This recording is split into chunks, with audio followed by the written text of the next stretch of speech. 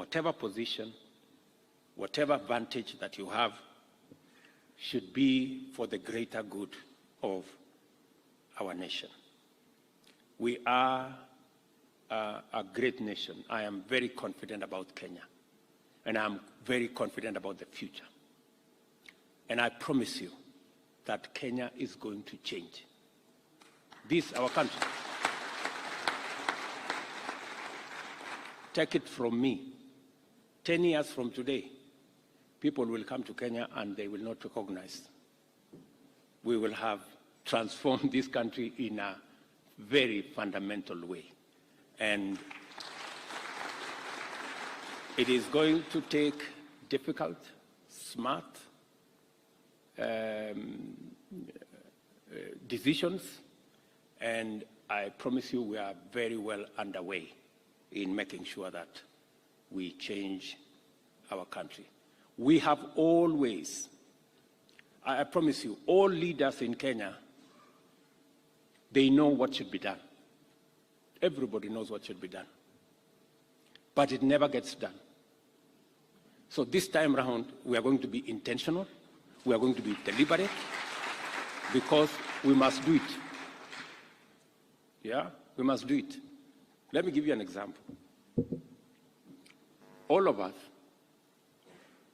in the two main formations, we had identified housing as a very important program that will do 4 things for us. Number one, it will make sure that millions of Kenyans who live in dignity, 7 million Kenyans, good people, live in slums in your country.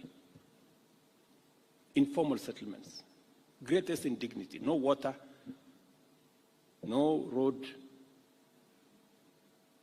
no electricity, no toilet, you know.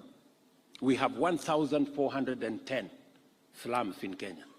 It's not just Kibera. You know, whenever we talk about slums, people think it is Mukuru and Kibera and a few places. 1,410 countrywide. So we need to liberate our people from the indignity of living in slums, number one. Number two, we need to get Kenyans to own a home. And for them to do that, we have to have social housing, we have to have affordable housing. We have now reduced, we now will have a unit that will cost 400,000 with a tenant purchase of 3,000 shillings a month. And finally, a Kenyan will own a house. You know, we've made it look like owning a house is the privilege of the people who have means. We must make it, owning a house is a right for every citizen who lives in our country. Number three, it is our opportunity to grow jobs. In just the last 8 months, we now have 120,000 Kenyans working in our housing program. In factories that manufacture cement, factories that manufacture steel, transporters of all the construction equipment, manufacturers of construction products, engineers, architects, plumbers, technicians, electricians, including laborers. That's a whole ecosystem of people working. These are people who would otherwise be jobless today. My intention is that we are going to double these numbers by March next year. We are going to triple them by end of next year. And in 5 years, we will have 500,000 Kenyans working, and the whole country will be a bustling construction site. And much more importantly, as you all know,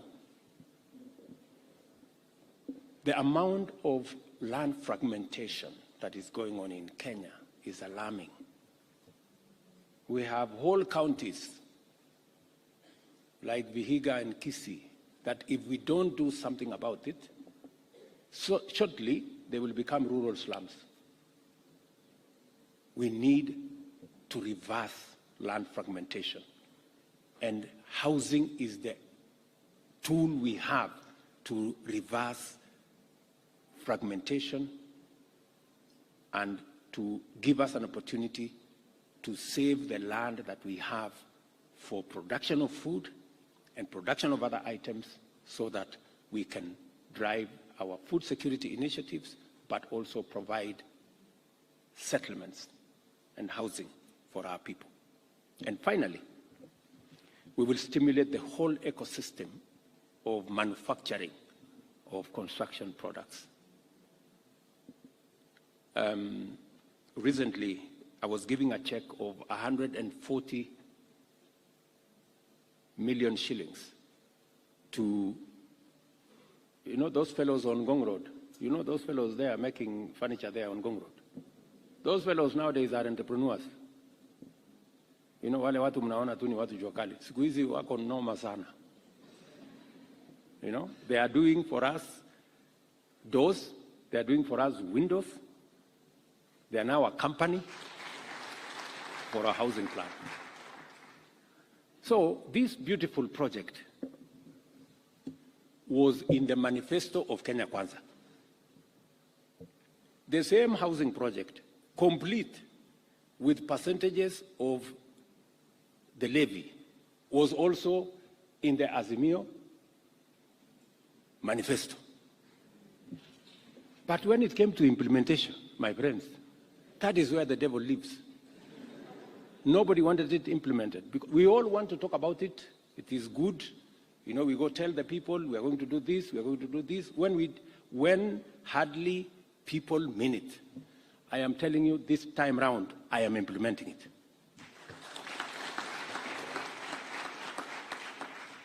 And I am so determined because we must do it. Korea did it, Singapore did it, Malaysia did it, and that is why they are ahead of us. We know what we must do, but we cannot gather the courage to do it. But this time round, whatever it takes, we are going to implement it. We will also give you guys a chance. You don't have now to harass yourself, or you are looking for cement, I don't know, you are looking for steel, I don't know, you are looking for stones to go and build a house.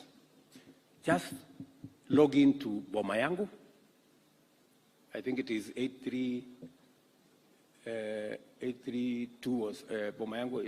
Hinga will come and brief you, my PS for housing. You will choose for yourself the house you want. It is the responsibility of the government of Kenya to deliver that house to you. Kazi yako ni kulipa tu whatever it is that you need.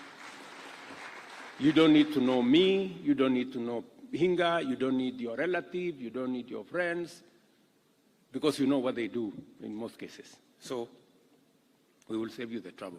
So this, I've just given you an example of why we must change Kenya.